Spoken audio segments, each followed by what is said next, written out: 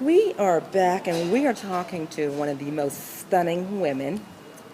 And she is here and she's a South African, and we are at the African American and South African Women's Entrepreneurs Forum in South Africa. Now, they have some of the most beautiful names, and we tear them apart. So I'm going to have her tell you her name and the name of her company. My name is Bongi. I represent Beyond Your Vision Marketing.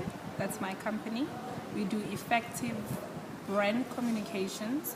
We help companies and individuals to effectively communicate their brand messaging. So we do everything from self-packaging, personality profiling, corporate identity development, and we actually help launch individuals and companies into the market. Now, how long have you been in business? I've been in business since 2003. I have a 15-year background in the marketing and communications sector.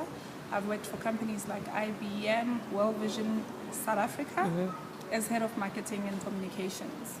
And why did you choose this profession? I'm in the business of making others look good. That is how I want to position it. It's part of my calling. My job is literally to package people better. And I'm passionate about making sure that your message is clear to your target market or to your target audience. And my passion is making sure that your product represents all the good things that you say it is. Now, what has been some of the greatest challenges to starting and sustaining your business? As a small business, just like any other person, the entrepreneur takes the risk, and you don't literally see the profit immediately. So, yes, I've gone through almost what every person as a business person has gone through. But the fortunate thing for the South African industry is that we have people like the trade industry and people like the Small Enterprise Development Agency, people like the National Youth Development Agency, who help start up companies. And I've mentioned the youth part of it as well, because when I started my company, I was below 35, and South Africa recognizes young person as any other person that is below 35. But as a businesswoman, there are also other opportunities that are available, like the Women Empowerment Fund. So yes, I can't honestly say I've gone through a lot of things as a business person, but the biggest challenge has been capacity building, because obviously when you're a small business owner, you literally do all the general functions. So yes, I've been also active in literally representing the fact that as a business person you go through challenges, but yeah, you literally go over them. If you have other people who are mentoring you, at this conference I particularly spoke about peer wisdom, and I believe that one who has had the experience of running a business should be able to mentor another person. So that topic was much more relevant to me, because I believe that if I didn't have the wisdom of running a business from other people who were my life coaches and my mentors, I possibly wouldn't have been here. So I spoke on that particular topic as well.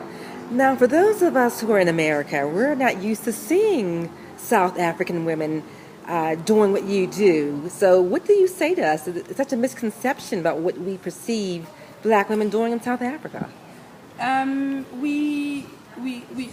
believe Americans don't like, the way that South African women in business are portrayed is, they don't literally have the right positioning that we have about ourselves. We just as entrepreneurial, as nurturing to one another as American women are. And yeah, we sort of like are writing the same book, and we're possibly reading from the same pages in life about being a business person. We go through the same hurdles that a woman goes through here. And yeah, the perception might be wrong in a sense that we, are poverty-stricken people who are literally have their hand in cap, asking and begging maybe international donor funding for some of the things that we go through. But I would like to believe that we are looking for more mentorship, or like a more sharing of ideas about how to make our business better. We do have the support from local government and from, you know, the business sector, because South Africa promotes sustainable businesses to literally nurture, you know, emerging businesses that are coming. So yeah, we more or less have the same hurdles, you know. We have the same kind of walk and the same journey that every person goes through as a businesswoman. And yeah, I'm privileged to be one of those people who are, you know, structurally talking on the topic of peer wisdom. And that's what, you know, my topic was all about, to say as women we need to nurture, because half the time women, you know, put each other down. And I believe if we look at our strength as nurturers to nurture one another, we would be one dynamic, you know, business. Well, wonderful. Well, we're glad that you came. And again, we are at the African American and South African Women's Entrepreneurs Forum here in South Africa.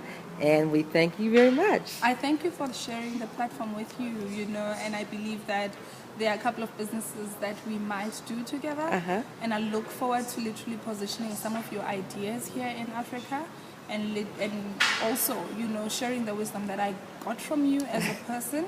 And I'm really grateful for this platform as well, to be able to represent you better to some of your sisters who would possibly watch this show. And I wish you all the best of success about it. And thank you for having me. Thank you.